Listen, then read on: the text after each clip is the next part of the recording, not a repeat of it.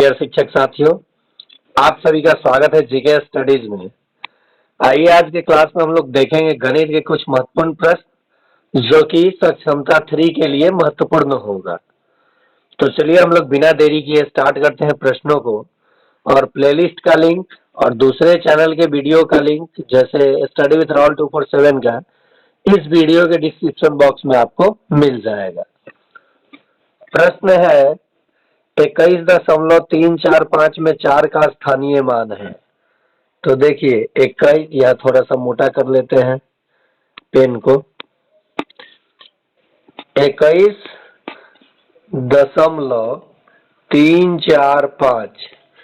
तो देखिए ये इकाई है, ये दहाई है, 3 दशांश है और 4 शतांश है, यानी 4 लिख करके और बटा में देखिए दशमलव के बाद कितने डिजिट पे 4 है, 1 2, तो 1 लिख करके 2 को 0 दे दीजिए, यानी 4/100। तो 21.345 में 4 का स्थानीय मान क्या होगा, तो 4/100, यानी शतांश पे है ये, तो उत्तर हो जाएगा। अब देखिए 4/100 है, लेकिन उत्तर में देखिए क्या दिया है, दशमलव के रूप में ही दिया है। तो 4 को 100 से भाग देंगे तो 2 डिजिट छोड़ के डेसिमल, यानी पहला ही ऑप्शन बिल्कुल सही है। फिर से देख लीजिए 4 का स्थानीय मान क्या होगा, 4, और दशमलव के जगह में 1, और देखिए इधर से गिने कई को डिजिट पे 4 है, तो 1 2, 2 को 0 लगा दीजिए, इसी का मान हो जाएगा 0.04। ऑप्शन बदल के भी आजकल एग्जामिनर परीक्षा में उत्तर दे देता है। इसी का अगर विस्तृत रूप पूछ दे तो आप लिखेंगे 2 दशांश, यानी 20 जोड़ 1 जोड़ 3/10 जोड़ 4/100 और जोड़ 5/1000, 5/1000, ये आपका उत्तर हो जाएगा। दूसरा प्रश्न है 12, 18 और 24 का मौसा क्या होगा। तो 12 हो गया, 18 हो गया और 24, इसका मौसा जो होगा महत्तम समावर्तक, ये हो जाएगा 6। क्या हो जाएगा, 6, यानी 6 से ये तीनों संख्याएं कट सकता है, विभाजित हो जाएगा, लेकिन 6 को छोड़ करके कोई और बड़ी संख्या इसे नहीं काट सकती। तो उत्तर क्या होगा इसका, महत्तम समावर्तक 6। आप लोगों को एक प्रश्न का जवाब देना है, 1.2, 1.8, 2.4 का मौसा क्या होगा, मौसा होगा। कमेंट में जवाब जरूर दीजिएगा, थोड़ा सा दिमाग लगाइएगा तो उत्तर आ जाएगा। अगला प्रश्न है 140 डिग्री का संपूरक कोण कितना होगा। जब भी मैं बोलता हूँ संपूरक पूछे तो 180 डिग्री में से दिए हुए कोण को घटा दीजिए, उत्तर आपका आ जाएगा। यानी कितना डिग्री आ जाएगा संपूरक कोण 140 डिग्री का, तो 40 डिग्री। अगर पूरक कोण कहेगा, पूरक कोण किसी भी कोण का, तो उसको 90 डिग्री में से घटा दीजिएगा। जैसे आप लोगों के लिए एक प्रश्न 2 नंबर करके दे रहा हूं, 30 डिग्री का पूरक कोण, 30 डिग्री का पूरक कोण बताना है, पूरक कोण कितना होगा। तीसरा प्रश्न आप ही लोगों के लिए 90 डिग्री का संपूरक कोण कितना होगा, संपूरक कोण कितना होगा, जवाब देना है कमेंट में। ओके, चलिए आगे देखते हैं प्रश्न 100 और 200 का निम्न सीमा होगा। तो निम्न सीमा यानी छोटा वाला वैल्यू 100 ही निम्न सीमा हो जाएगा। बोला होता ऊपरी सीमा बताइए, तो ऊपरी सीमा क्या हो जाएगा आप लोग बताएंगे। वर्ग चिन्ह पूछता तो वर्ग चिन्ह, तो वर्ग चिन्ह दोनों को जोड़कर आधा, तो आप ही लोग बताएंगे इसका वर्ग चिन्ह भी। ठीक है, यहाँ 5 नंबर प्रश्न मान लीजिए और ये 6 नंबर मान लीजिए। अगला प्रश्न है किसी भी ऋणात्मक संख्या को जब हम आपस में जोड़ते हैं तो उसका उत्तर ऋणात्मक ही आता है, यानी जुटता है लेकिन ऋणात्मक ही आएगा। तो इसे समझिए क्या करना है, -27 में आपको जोड़ देना है -12 को, ठीक। तो 7 और 2 9 और 2 और 1 3, लेकिन रहेगा माइनस ही, तो क्या हो जाएगा -39।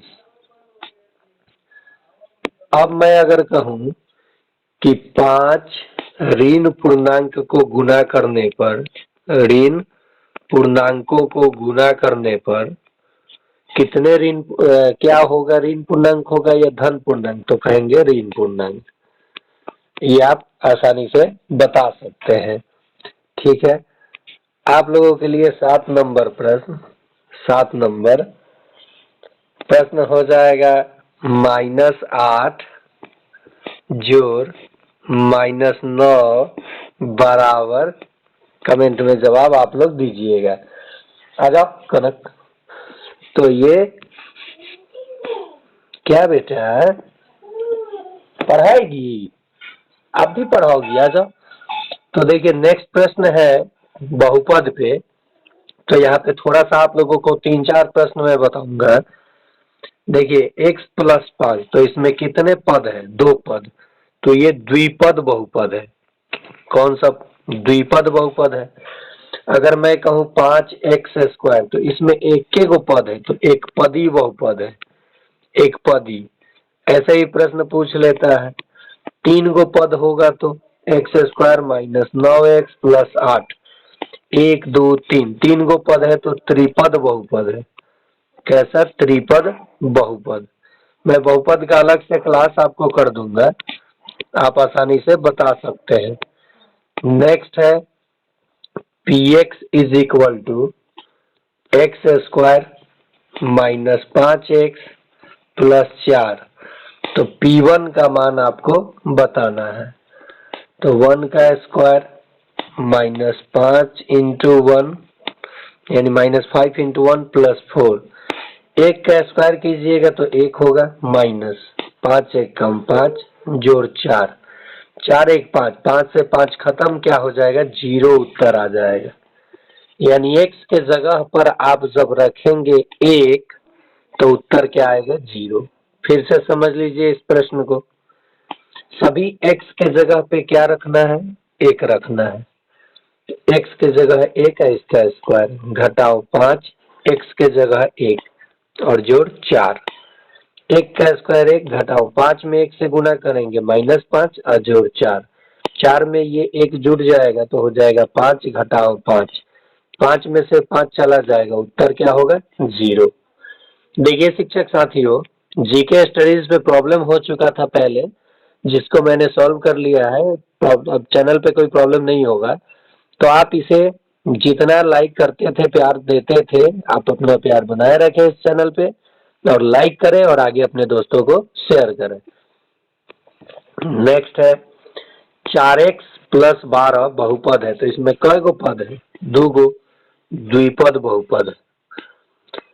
कैसा बहुपद है? द्विपद। चलिए 8 नंबर प्रश्न आप लोगों को दे रहा हूं, x² - 9x + 7 कैसा बहुपद है पद के अनुसार, एक पदी, द्विपद या त्रिपद या चतुर्थ पद?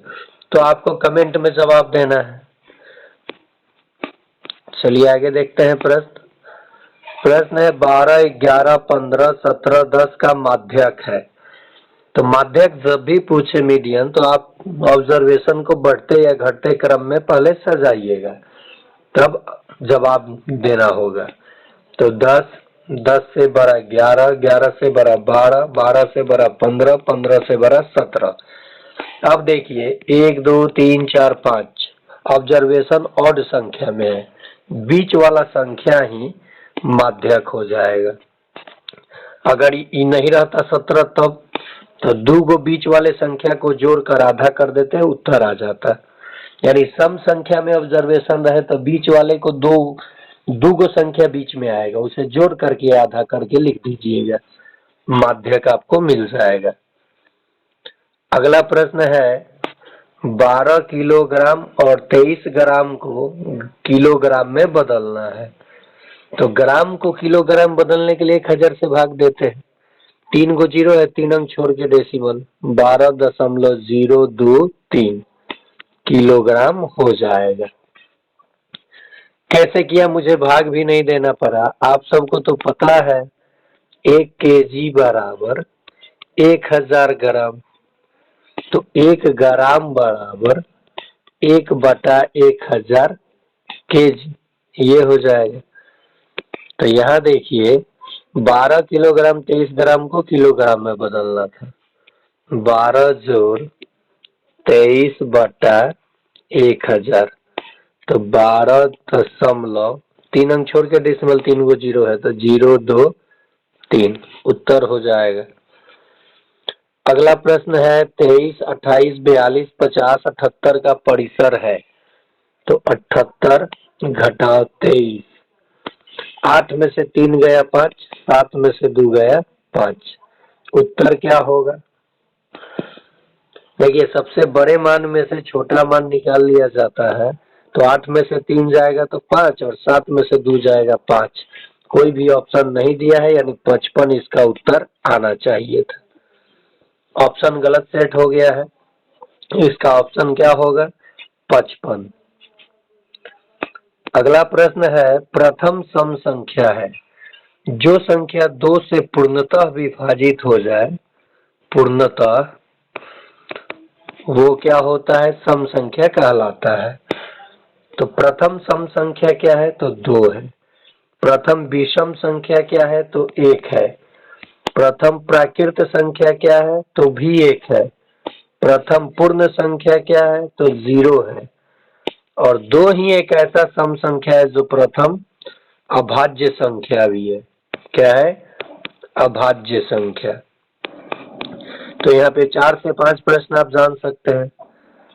प्रथम प्राकृत भी और विषम भी, अभाज्य नहीं विषम। 4 जो है प्रथम भाज्य संख्या है, प्रथम भाज्य। 2 जो है सम संख्या भी है और प्रथम अभाज्य संख्या भी है, अभाज्य संख्या। 0 जो है प्रथम पूर्ण संख्या है। कैसी संख्या तो पूर्ण संख्या। ये रहा 12 का योज्य प्रतिलोम क्या होगा। तो 12 में कितना जोड़िएगा कि 0 आ जाएगा। तो आप कहेंगे 12 में सर -12 जोड़ने पे 0 आएगा। यानी किसी भी संख्या का योज्य प्रतिलोम चिन्ह बदल कर बोल दीजिए। प्लस में 12 था ना, तो इसका योज्य प्रतिलोम माइनस का 12 होगा। मैं अगर कहूं कि -3/5 का योज्य प्रतिलोम बताइए, तो मैंने कहा चिन्ह बदल कर, यानी माइनस में रहेगा तो प्लस, प्लस में रहेगा तो माइनस। तो माइनस में है तो प्लस में कर दीजिए, इसका योज्य प्रतिलोम हो जाएगा। अगर गुणात्मक प्रतिलोम पूछा होता तो 12 का गुणात्मक प्रतिलोम, तो कितना से गुना करेंगे कि 1 आ जाएगा। तो आप कहेंगे 12 गुना 1/12 कट जाएगा तो 1 आएगा। इसका मतलब किसी भी संख्या का गुणात्मक प्रतिलोम पूछे, गुणात्मक प्रतिलोम, तो उस संख्या को उल्टा करके लिख दीजिए, यानी उसका विलोम लिखिए। विलोम मतलब समझते हैं व्युत्क्रमानुपाती। 12 का 12 को 12/1, तो इसी को उलट दीजिए 1/12 कर दीजिए। चिन्ह इसमें नहीं बदलिएगा, प्लस माइनस नहीं चेंज करना है।